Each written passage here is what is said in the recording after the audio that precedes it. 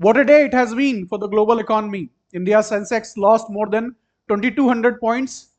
बाकी दुनिया भर के जो इंडेसेस हैं they are in deep bloodbath, and the man who is responsible for all of this is laughing sitting in the oval chair or the desk of the White House. हम बात कर रहे हैं जो Donald J Trump American president की, जिसने global एक trade war launch कर दी है. Welcome to Samdarshi. My name is Saurabh and today we are going to discuss the global trade war which is happening in front of our eyes, which is going to influence our daily lives, our future and present, is directly defined by what is happening in this domain right now. That is why it is very important to have a comprehensive understanding of what is happening in front of us. तो 2 अप्रैल को ये decision लिया Trump साहब ने कि 10% general tariff लगाया जाएगा to all with all the trading partners of the United States of America. सारी कंट्रीज के ऊपर उन्होंने लगाया. कुछ ऐसे आइलैंड टेरिटरी भी हैं जिनमें इंसान नहीं रहते, सिर्फ पेंगुइन रहते हैं, उनके ऊपर भी लगाया. नंदलेस इस वीक से रेसिप्रोकल जो टैरिफ्स हैं वो भी किक इन करेंगे vis-a-vis the major US trading partners, जिसमें इंडिया का नाम भी है, आगे हम देखेंगे. ईयू है, चाइना है, जापान है, वियतनाम है, सारी इंपॉर्टेंट कंट्रीज यहाँ पे मेंशन्ड है. और इनके ऊपर रेसिप्रोकल टैरिफ लगाया जाएगा. मतलब जितना टैरिफ ये चार्ज करती हैं अमेरिकन गुड्स के ऊपर, उतना ही टैरिफ अब अमेरिकन गवर्नमेंट इनके गुड्स के ऊपर चार्ज करेगी जो अमेरिका में एज ए एक्सपोर्ट जाएंगे. Now you can see the new tariffs which are there. China के ऊपर 34% लगाया गया है, थाईलैंड के ऊपर 37% लगाया गया है. हालांकि चाइना के ऊपर there was already 20% duty already थी, तो they are at the top. 54% के साथ वो सबसे आगे हैं. इस पूरी सिनेरियो में ट्रंप का कहना है कि जो ट्रेड है वो फ्री होनी चाहिए, लेकिन फेयर भी होनी चाहिए. अगर ट्रेड फेयर नहीं है, सिर्फ फ्री है, तो that is discriminatory, that is something which we will not accept. Now these tariffs which he has introduced, उन्होंने कोई नई बात नहीं की है. जब वो चुनाव के लिए खड़े थे, when he was being getting elected, he also has made these promises के the moment he will enter into the Oval Office, he will definitely impose these tariffs. Nonetheless, लोगों को उम्मीद नहीं थी कि वो इसको इम्प्लीमेंट कर देंगे, बट अब उन्होंने इसको इम्प्लीमेंट कर दिया है. तो इसीलिए हमें देखना है, बहुत जरूरी है कि इसके क्या इंप्लीकेशंस निकल के सामने आएंगे. नाउ जो स्टॉक्स हैं, जो इंप्लीकेशंस हैं वो क्लियर हैं. आज की तारीख में स्टॉक्स जापान में 8% से ऊपर गिर चुके हैं.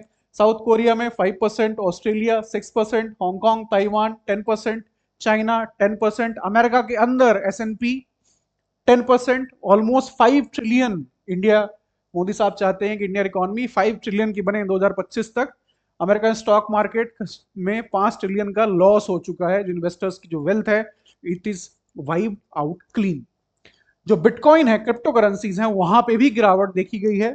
10% ये भी प्लंज हुए हैं. सो अक्रॉस अगर आप देखें, financial markets have been deep deep red today, और जिसके इंप्लीकेशंस बहुत ही सीरियस होंगे. और जो कि जो पॉलिटिकल लीडरशिप है दुनिया की, उनके स्टेटमेंट्स में दिखाई भी दे रहा है. यूके के जो प्राइम मिनिस्टर साहब हैं, कीर स्टारमर, उन्होंने कहा है कि the world as we knew is gone. Globalisation, free trade, democracy, liberalism, ये सारी चीजें हवा हो गई हैं, सारी चीजें इतिहास हो गई हैं. Prime minister Lawrence Wong Singapore के, इनकी की स्पीच बहुत वायरल हुई यूट्यूब में, जिसमें वो कह रहे हैं कि जो ग्लोबल ऑर्डर है, इट इज चेंज्ड नाउ. और जो रूल्स पहले ग्लोबलाइजेशन के थे, थोड़ा उसमें स्टेबिलिटी थी, सर्टेनिटी थी, एक फिक्स पैटर्न था of dealing with things. Now आपको आर्बिट्रीनेस दिखाई देगी, प्रोटेक्शनिस्ट टेंडेंसीज दिखाई देंगी, और जो कि बहुत ज्यादा डेंजरस है ग्लोबल पीस एंड स्टेबिलिटी के लिए भी. जब ये सिर्फ इकोनॉमिक ट्रेड डोमेन में ये कॉन्फ्लिक्ट चल रहा है, there is a possibility that it will spin into far more deadly, far more serious. तो ये बहुत ही सीवियर फैसला इन्होंने, ट्रम्प साहब ने लिया है. Now there are confusions about it कि how he has calculated these tariffs. किसी के ऊपर 34%, इंडिया के ऊपर 26%.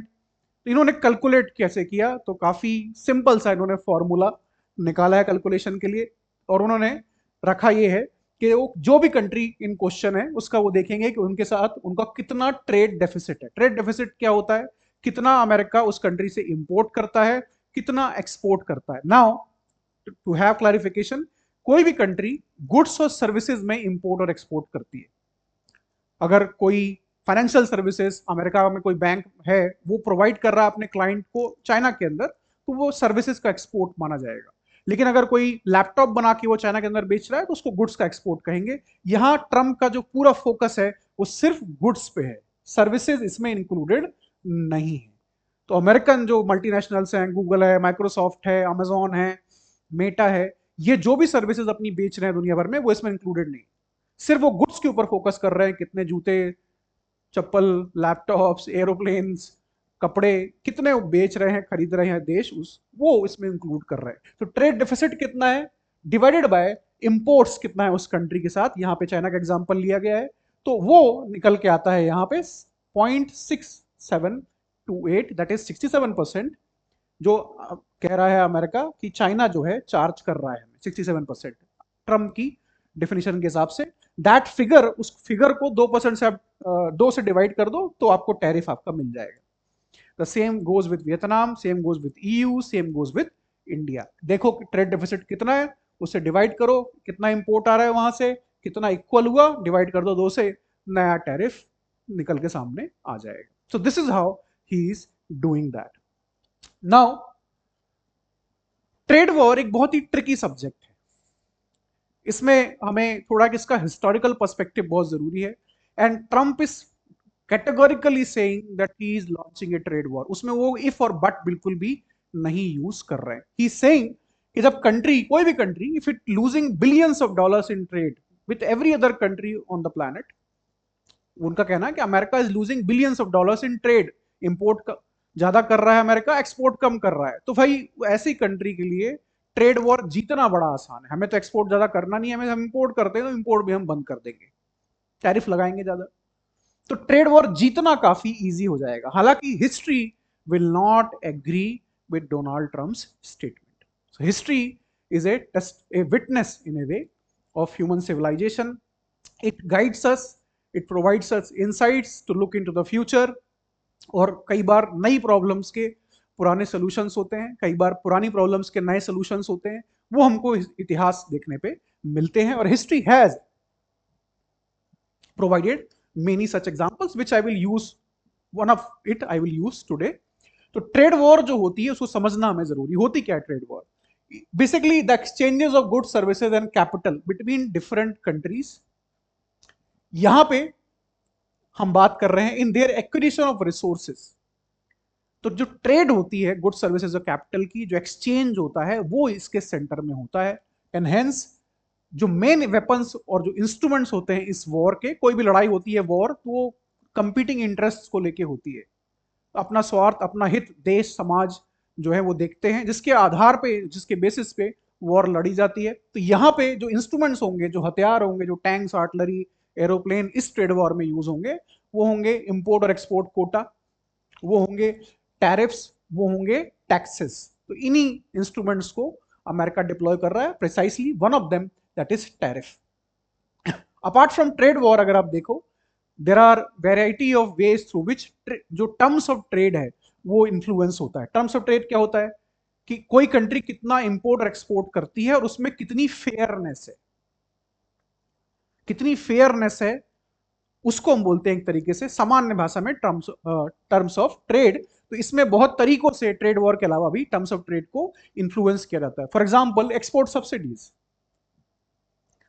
आप नाइक का जूता पहनते हो या रेबॉक का जूता पहनते हो, वो चाइना की किसी फैक्ट्री में बन के आ रहा है फॉर एग्जांपल, तो चाइनीज गवर्नमेंट उस फैक्ट्री को सब्सिडी देती है कि अगर आप 1 लाख जूते बना के दोगे या बेचोगे बाहर की दुनिया में, बाहर के बाजार में, तो आपको हम 10%, जितना आपने वॉल्यूम बेचा है, जितना टोटल वैल्यू आपने बेचा है, उसका 10% आपको हम सब्सिडी दे देंगे। तो एक तरीके से ऑफसेट कर रहा है कॉस्ट को, जिससे वो जो जूता बनाने वाली फैक्ट्री है उसका प्रॉफिट बढ़ जाता है, वो अपने जूते का कॉस्ट कम कर सकती है। ऐसे आप इंसेंटिव्स देके, जैसे आजकल भारत सरकार कर रही है, PLI करके एक स्कीम उन्होंने लॉन्च की है, प्रोडक्शन लिंक्ड इंसेंटिव स्कीम। ज्यादा आईफोन बनाओ, हम आपको सब्सिडी देंगे। This is how you influence terms of trade. दूसरा, स्पाइंग फॉर ट्रेड सीक्रेट्स, जिसको इंडस्ट्रियल एस्पनाज भी कहा जाता है। हमने देखा कि कैसे एप्पल ने स्मार्टफोन बनाया, एंड देन दैट टेक्नोलॉजी, उसमें जो रेवोल्यूशन आया वो प्रिसाइसली सैमसंग ने लाया। सैमसंग ने सस्ते मॉडल्स उन स्मार्टफोन्स के बेचना शुरू किए। एंड एवरीबडी नो कि इंडस्ट्रियल स्पिनऑफ हुआ एप्पल के ऊपर, और चाइना जो सैमसंग कंपनी है उन्होंने टेक्नोलॉजी वहां से निकाली, और आज हम सभी fortunately we are using those smartphones. Affordable बनाया उसको, but nonetheless it was spying. Currency devaluation is also very important. ये समझना थोड़ा सा आसान चीज है, थोड़ा बस फोकस करना होता है हमें कि $1 फॉर एग्जांपल अगर 80 इंडियन रुपए का है, तो 80 रुपए में इंडिया में क्या मिलता है? बहुत कम चीजें आजकल मिलती हैं बिकॉज ऑफ इन्फ्लेशन। बट अगर आप फॉर एग्जाम्पल के तौर पर मान लें कि 1 किलो प्याज मिलती है, 1 kg onion you get for 80 rupees, और 80 रुपीज की जो वैल्यू है वो 1 USD है।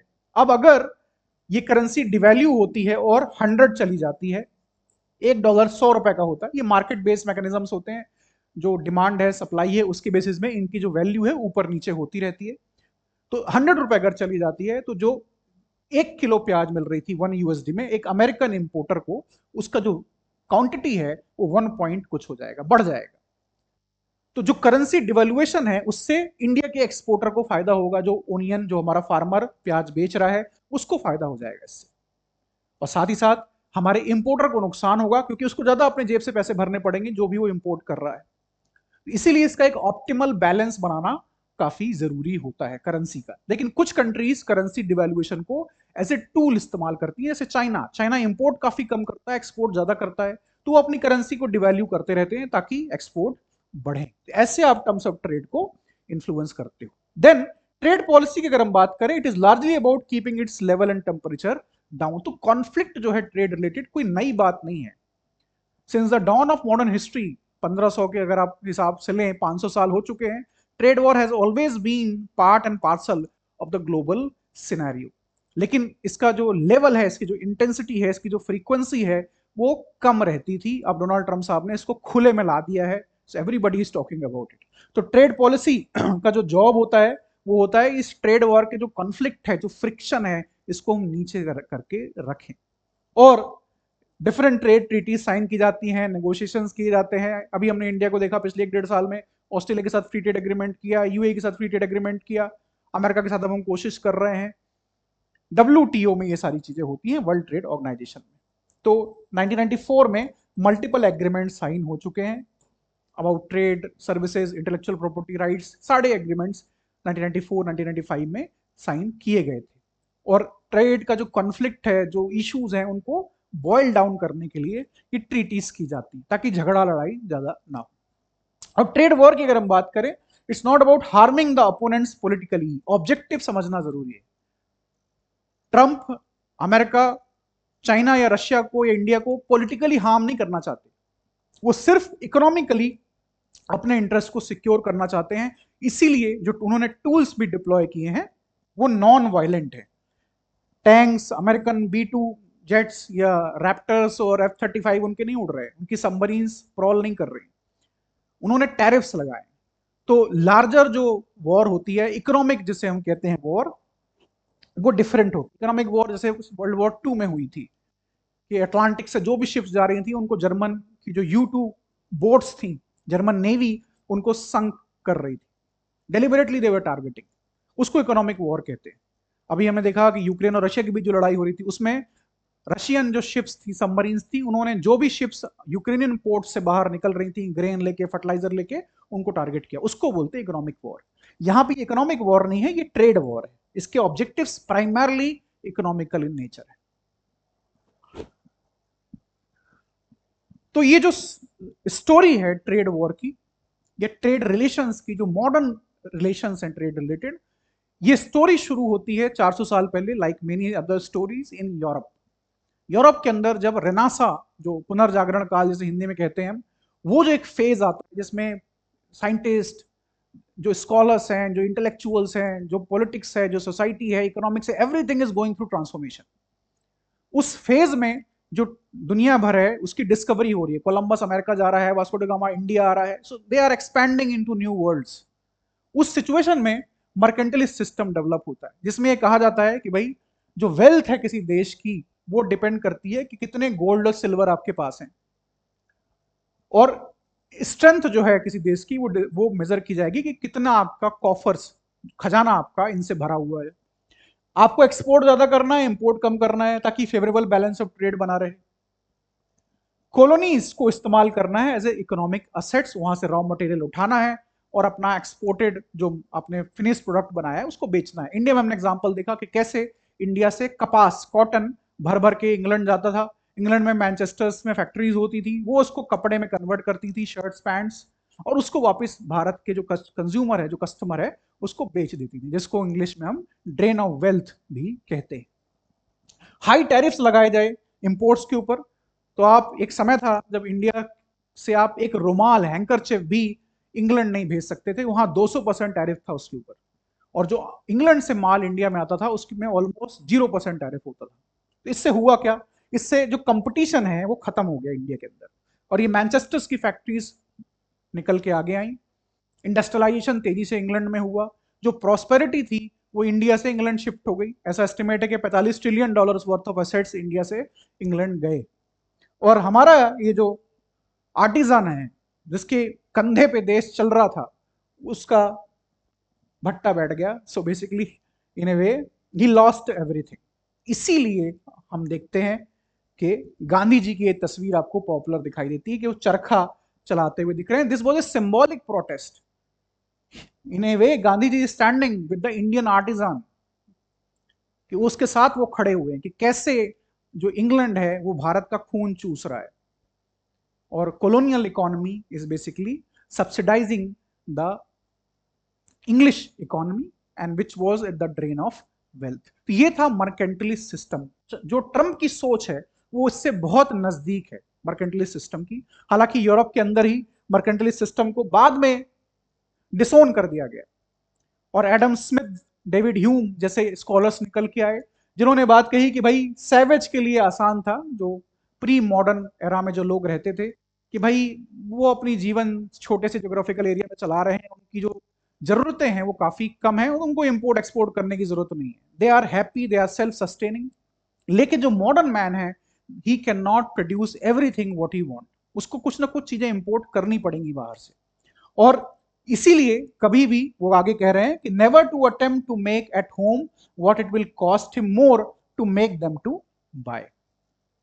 तो घर में जो आपको महंगा पड़ रहा है बनाना, उसको आप मत बनाइए और बाहर से उसको इंपोर्ट करिए, क्योंकि हर कंट्री का कंपैरेटिव एडवांटेज होता है। तो कंपैरेटिव एडवांटेज थ्योरी जो है चलन में आ गई।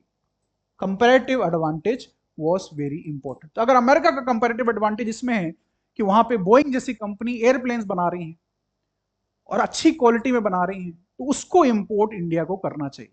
अगर इंडिया में बनाएगा तो महंगा पड़ेगा, इट विल बी एक्सपेंसिव। और किसी भी चीज को बनाने के लिए हमें क्या चाहिए होता है, हमें चाहिए होता है लैंड जिसपे फैक्ट्रीज लगती हैं और उसको बनाया जाता है। दूसरा कैपिटल, पैसा चाहिए होता है, वर्कर्स को सैलरी देना है, आपको जमीन एक्वायर करना है, इलेक्ट्रिसिटी बिल्स देने हैं, टैक्सेस ड्यूटीज देने हैं। और तीसरा होता है लेबर, जो स्किल्ड होना चाहिए, पंचुअल होना चाहिए, डिसिप्लिन होना चाहिए। तो इन तीनों चीजों को हम बोलते हैं फैक्टर ऑफ प्रोडक्शन, एफओपी। तो फैक्टर्स ऑफ प्रोडक्शन, जब कंपैरेटिव एडवांटेज थ्योरी के अंदर आप जाओगे तो दिखाई देगा कि फैक्टर ऑफ प्रोडक्शन जो हैं वो हमको मैक्सिमाइज करने हैं। तो ऐसी जगहों पे जहां हमारा स्ट्रेंथ है वहां पे हमको प्ले करना है।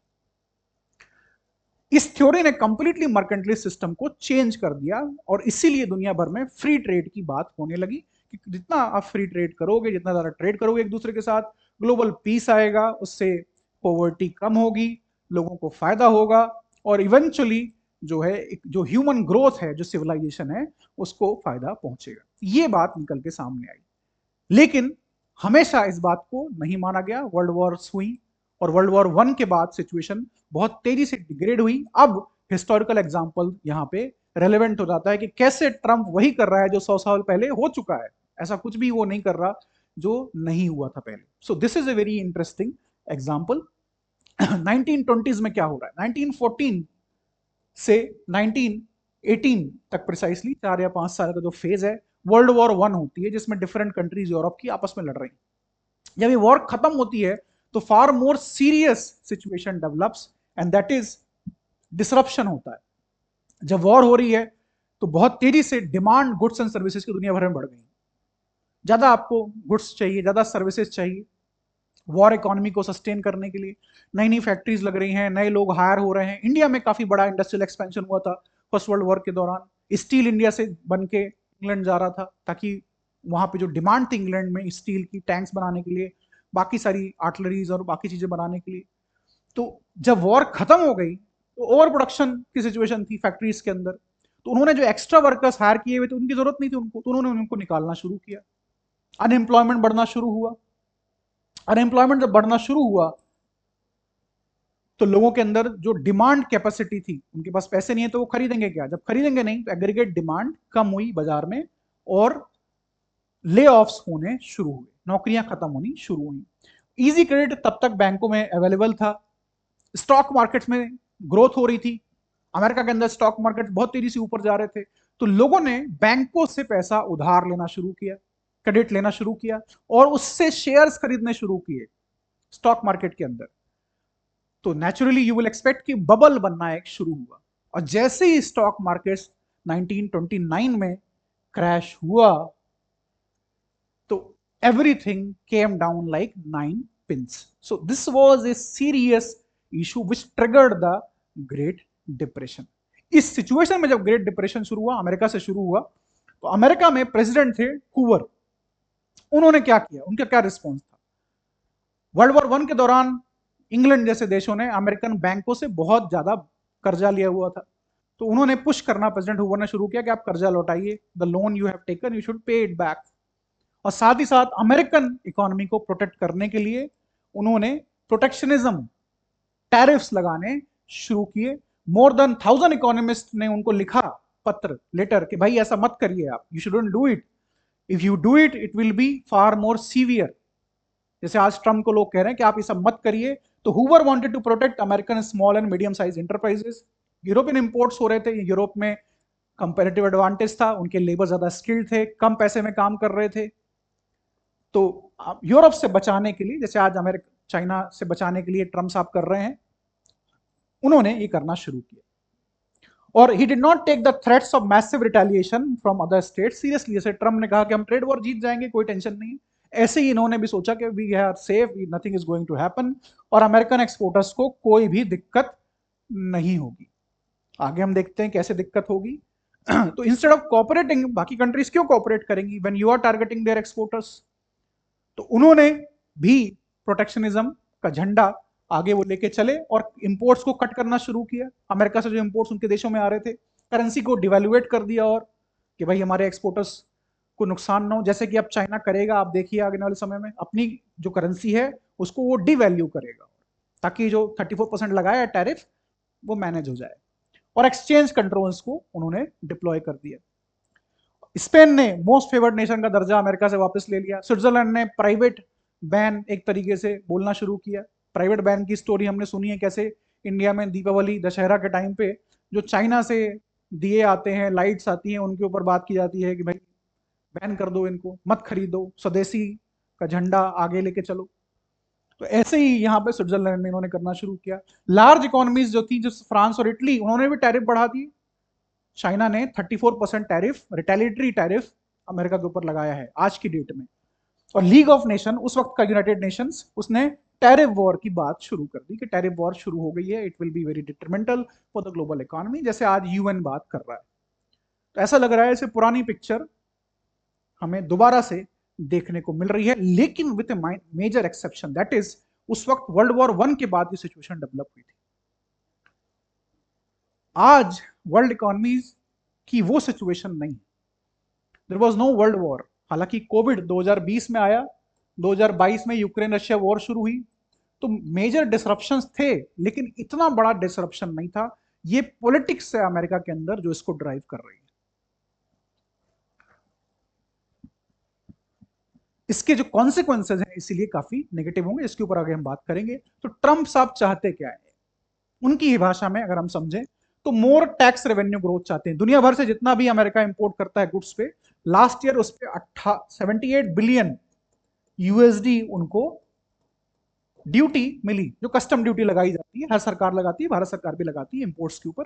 इस साल जब उनके टैरिफ किक इन होंगे तो लगभग 1 ट्रिलियन और 1000 बिलियन यूएसडी उनको टैक्स जो कस्टम ड्यूटी है उससे मिलेगा। तो उनका जो बजट का डेफिसिट है, काफी सीरियस एक इशू है अमेरिका के अंदर ये, उस पर काफी उनको मदद मिलेगी। दूसरा, वो चाह रहे हैं कि लो स्किल मैन्युफैक्चरिंग अमेरिका में वापस आए। ये जो जूते बनाने की फैक्ट्रीज हैं, स्मॉल लाइट्स बनाने की फैक्ट्रीज हैं, टेक्सटाइल की जो फैक्ट्रीज हैं जो वियतनाम चाइना में शिफ्ट हो चुकी थी पिछले 20 सालों में, वो वापस अमेरिका आए। क्योंकि अमेरिका में जो कम पढ़ा लिखा वर्कर है, लो स्किल्ड है, लेस एजुकेटेड है, जो ग्रामीण क्षेत्रों में रहता है, रूरल एरिया में रहता है, उसको भी नौकरियां मिले और वो कंपीट कर सके ग्लोबल लेवल पे। वो ये चाहते हैं। हालांकि ये इंडस्ट्रीज पोल्यूटिंग भी होती हैं, प्रदूषण भी होता है इनसे, but that is not important for Trump. Blue collar jobs जरूरी है। वो सिर्फ मैनेजर्स, डॉक्टर्स, इंजीनियर्स की नौकरी नहीं चाहते, वो कारपेंटर्स की नौकरी चाहते हैं, वो प्लम्बर्स की नौकरी चाहते हैं।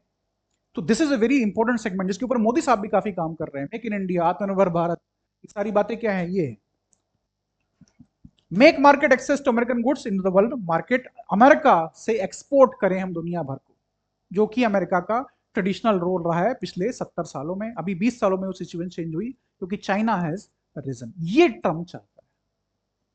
और rise of China has been the most significant trigger for this issue. America की इकोनॉमी आज की डेट में $29 ट्रिलियन की, $29 ट्रिलियन। चाइना की इकोनॉमी $20 ट्रिलियन की। तो काफी तेजी से चाइना ने पिछले 10 सालों में इस गैप को कम किया है। तो Trump wants to concentrate wealth, capital, technology within America, and that is why he is launching this trade war. क्या इंपैक्ट होगा ग्लोबल इकोनॉमी पे? सबसे पहला इंपैक्ट होगा कि इन्फ्लेशन इज कमिंग। ऑलरेडी जो फेडरल रिजर्व अमेरिका का सेंट्रल बैंक है उसने बात कह दी है कि दे विल वेट टू सी कि क्या वो जो इंटरेस्ट रेट्स हैं उसको कम कर सकते हैं या नहीं। दुनिया भर में जो रशिया यूक्रेन वॉर है उसके बाद से इन्फ्लेशन बढ़ा था, जिसकी वजह से सेंट्रल बैंक्स ने रेपो रेट्स को बढ़ाना शुरू किया। आपकी ईएमआई महंगी हो गई, आपके कार लोन्स महंगे हो गए। और जो इंडस्ट्रीज हैं उन्होंने लोन का जो नंबर है उसको कम कर दिया क्योंकि इंटरेस्ट काफी ज्यादा था, जिससे उन्होंने इंडस्ट्रीज में पैसा नहीं लगाया, नौकरियां क्रिएट नहीं हुई, नए प्लांट्स नहीं लगे, तो इकोनॉमिक ग्रोथ भी स्लो डाउन हुई। तो ये वापस आ रहा है, बहुत तेजी से वापस आएगा इन्फ्लेशन। दूसरा, जॉब लॉसेज होंगे। ऑलरेडी वॉक्सवैगन जो एक जर्मन कार मैन्युफैक्चरर है उसने जॉब्स कट कर दिए हैं जर्मनी के अंदर, कुछ अमेरिका के अंदर कुछ कम किए हैं with in hours of this decision. तो अनसर्टेनिटी बढ़ेगी तो जॉब लॉसेज और होंगे। नाउ यू डोंट नो कि इंडिया से जो आईफोन बन के अमेरिका जा रहे हैं उनका क्या सिचुएशन होगी। तो अनसर्टेनिटी काफी ज्यादा है, अनिश्चितता का माहौल बनेगा। ट्रेड वॉल्यूम गिरेगा। तेजी से जो ट्रेड हो रही थी, पूरा सिस्टम उसका बनाया गया था, लॉजिस्टिक्स, ट्रांसपोर्ट, एवरीथिंग, इंश्योरेंस, सब में आपको स्लो डाउन होता दिखाई देगा, जिससे ग्लोबल ग्रोथ भी गिरेगी। 3.2% का वर्ल्ड बैंक एस्टिमेट लगा रहा था इस साल, बट उससे नीचे गिरने की संभावना बनी हुई है। बिजनेस अनसर्टेनिटी काफी तेजी से बढ़ेगी। नई कंपनीज इन्वेस्टमेंट को रोकेंगी, थोड़ा वेट करेंगी, देखेंगी, समझेंगी। तो this will create ripple effects in the global economy. Less investment means less productivity, less wage growth. Less wage growth means lesser money in the hands of the worker. तो aggregate demand भी गिर जाएगी इससे। तो नए orders industries में नहीं लगेंगे तो वो हायर नहीं करेंगे लोगों को। एक साइकिल बनता है इससे। और रिसेशन भी हो सकता है। बड़े बड़े बैंक्स ने, जैसे गोल्डमैन सैक्स हैं, वो कह रहे हैं कि 40% रिसेशन के चांसेस हैं इस साल अमेरिका में। यूरोप के अंदर ऑलरेडी जर्मनी रिसेशन में है 2 सालों से। जापान में एज्ड सोसाइटी है। China is suffering because of the decision they have taken the last 3 years। India में ऑलरेडी ग्रोथ स्लो डाउन हो गई है। लास्ट हमारा जो क्वार्टर था उसमें 6.2% ग्रोथ थी। तो दुनिया भर में ग्रोथ ऑलरेडी कम हो रही थी। अब Trump is forcing the global economy into recession, आर्थिक मंदी की ओर वो लेके जा रहे हैं। गोल्ड प्राइसेस बढ़ेंगे। 92,000, 92,000 ऑलरेडी इंडिया में है। कुछ दिनों में आप देखेंगे इसको 1 लाख होता हुआ, अगर कोई डील ट्रंप साइन नहीं करता है। और हॉट वॉर की थ्रेट्स भी होंगी। चाइना ने ऐलान कर दिया है कि they are ready for all sort of wars, trade wars, economic wars, hot war, cold war, जो भी वॉर है आने दो। तो ये एक सीरियस थ्रेट है। You never know what is going to happen in a conflict situation. तो इसीलिए इस तरह की जो लड़ाइयां हैं, जो वॉर्स हैं, उनको शुरू करना आसान होता है, खत्म करना काफी मुश्किल होता है, because you never know what you have started. It's like a letting A fire in the jungle. आप जंगल में जब आग लगाते हो तो आपको मालूम नहीं होता कि आग कितनी दूर तक जाएगी। आप लगा तो देते हो लेकिन आपको बिल्कुल आइडिया नहीं है कि कितनी दूर तक जाएगी, कितने दिन जलेगी और कितना डैमेज इससे होगा। इम्पैक्ट क्या है इंडिया के ऊपर? तो इंडिया के ऊपर सबसे बड़ा जो इम्पैक्ट है जो अभी दिखाई दे रहा है वो है कि जो चाइना प्लस कंट्रीज हैं, जैसे वियतनाम है, चाइना है, यहां से जो एक्सपोर्ट्स हैं जो अब अमेरिका में जिनके ऊपर टैरिफ लगेगा, वो ये एक्सपोर्ट्स इंडिया में डंप कर सकते हैं, क्योंकि एक्सपोर्टर्स को मार्केट चाहिए। अगर वो अमेरिका में नहीं बेच सकते तो वो इंडिया में बेचेंगे, दूसरी कंट्रीज में बेचेंगे, अफ्रीका में डंप करेंगे। तो हमारे मैन्युफैक्चरर्स, हमारे जो लेबरर्स हैं, उनका ऑलरेडी नुकसान इतना हो रखा है और भी होने की संभावना है। तो ये एक बहुत ही सीरियस थ्रेट है डंपिंग का। दूसरा, गोल्ड प्राइस अगर बढ़ रहा है तो आपको मालूम होना चाहिए कि इंडिया में गोल्ड माइंस सूख चुकी हैं। वी इंपोर्ट गोल्ड, जो भी आप ज्वेलरी खरीदते हो उसमें जो गोल्ड है वो इंडियन गोल्ड नहीं है, वो यूरोप से आता है, बाकी दुनिया भर के देशों से आता है। So we have to pay that in dollars to purchase that gold. तो हमारा जो ट्रेड डेफिसिट है वो और भी बढ़ेगा। तो इसके ऊपर भी एक नेगेटिव एस्पेक्ट निकल के सामने आएगा। तीसरी चीज जो इंडिया के ऊपर इम्पैक्ट होगा वो आईटी सर्विसेज के ऊपर होगा। लेकिन मैं आपको बताया कि गुड्स के ऊपर जो भी काम हो रहा है ट्रम्प साहब कर रहे हैं वो कर रहे हैं, सर्विसेज के ऊपर वो काम नहीं कर रहे हैं। लेकिन अमेरिका में अगर रिसेशन है, वहां पे अगर प्रॉब्लम्स हैं, तो जो उनकी डिमांड है इंडियन सॉफ्टवेयर्स की वो गिर जाएगी, जिससे जो आईटी सर्विसेज हैं उनके ऊपर भी इंपैक्ट पड़ेगा। ऑलरेडी आईटी सर्विसेज के अंदर हम देख रहे हैं कि थोड़ा स्टैग्नेशन है, इसमें और भी सीरियस सिचुएशन डेवलप हो सकती है। चौथा, ऑब्वियसली डायरेक्ट इंपैक्ट होगा हमारे एक्सपोर्टर्स पे। जो हमारा स्टील एक्सपोर्ट है, जो हमारा सीमेंट का एक्सपोर्ट है, जो हमारे जेम्स एंड ज्वेलरीज हैं, जो हमारे कार्स ऑटोमोबाइल्स हैं, उसके ऊपर भी नेगेटिव इफेक्ट पड़ेगा। क्योंकि टैरिफ बढ़ गया है तो वो महंगा पड़ेगा अमेरिकन कंज्यूमर को खरीदना, तो हो सकता है उसको डिले कर दे, हो सकता है स्टॉप कर दे। और पांचवा जो असर होगा वो हमारे मेक इन इंडिया जैसे प्रोग्राम पे होगा। क्योंकि अभी तक मोदी साहब क्या कर रहे थे कि वो दूसरी कंपनी से कहते थे कि आप इंडिया में आके शॉप लगाइए, फैक्ट्री लगाइए, आपको हम कंसेशन देते हैं। अब क्या देंगे? अब तो ट्रम्प कह रहा है कि हम जीरो टैरिफ तभी करेंगे जब वो किसी भी कंपनी को जीरो हम तब करेंगे टैरिफ जब आप अमेरिका में आके शॉप खोलेंगे, फैक्ट्री लगाएंगे, यहाँ के लोगों को रोजगार देंगे। तो मेक इन इंडिया, आत्मनिर्भर भारत को ट्रंप ने बड़े स्केल पे मेक इन अमेरिका, आत्मनिर्भर अमेरिका का नारा उसने वहां से लगा दिया है। And this is going to be a very significant event for India's rise as a nation also. So this is a very catastrophic scene or situation which has been developed and which is going to have serious ramifications for the world economy, global geopolitics in the coming days and years. India बात कर रहा है Trump के साथ कि deal हम sign करें, कोई ट्रेड एग्रीमेंट साइन करें, but the situation is such a way that it is very unlikely that Trump will relent and will sign any such trade agreements. तो वो अगर होता भी है तो वो पार्शियल होगा शुरू में। और देखने वाली बात ये होगी कि इंडिया कैसे डेफ्टली इसको नेगोशिएट कर पाता है। Now is the test of the Indian leadership and just to see how this will be proceeded. So I hope all of you enjoyed this discussion, and you can join me also on my Telegram. And if you like the video, if you learned something new, please like, subscribe, and share the video. Thank you for giving me your time.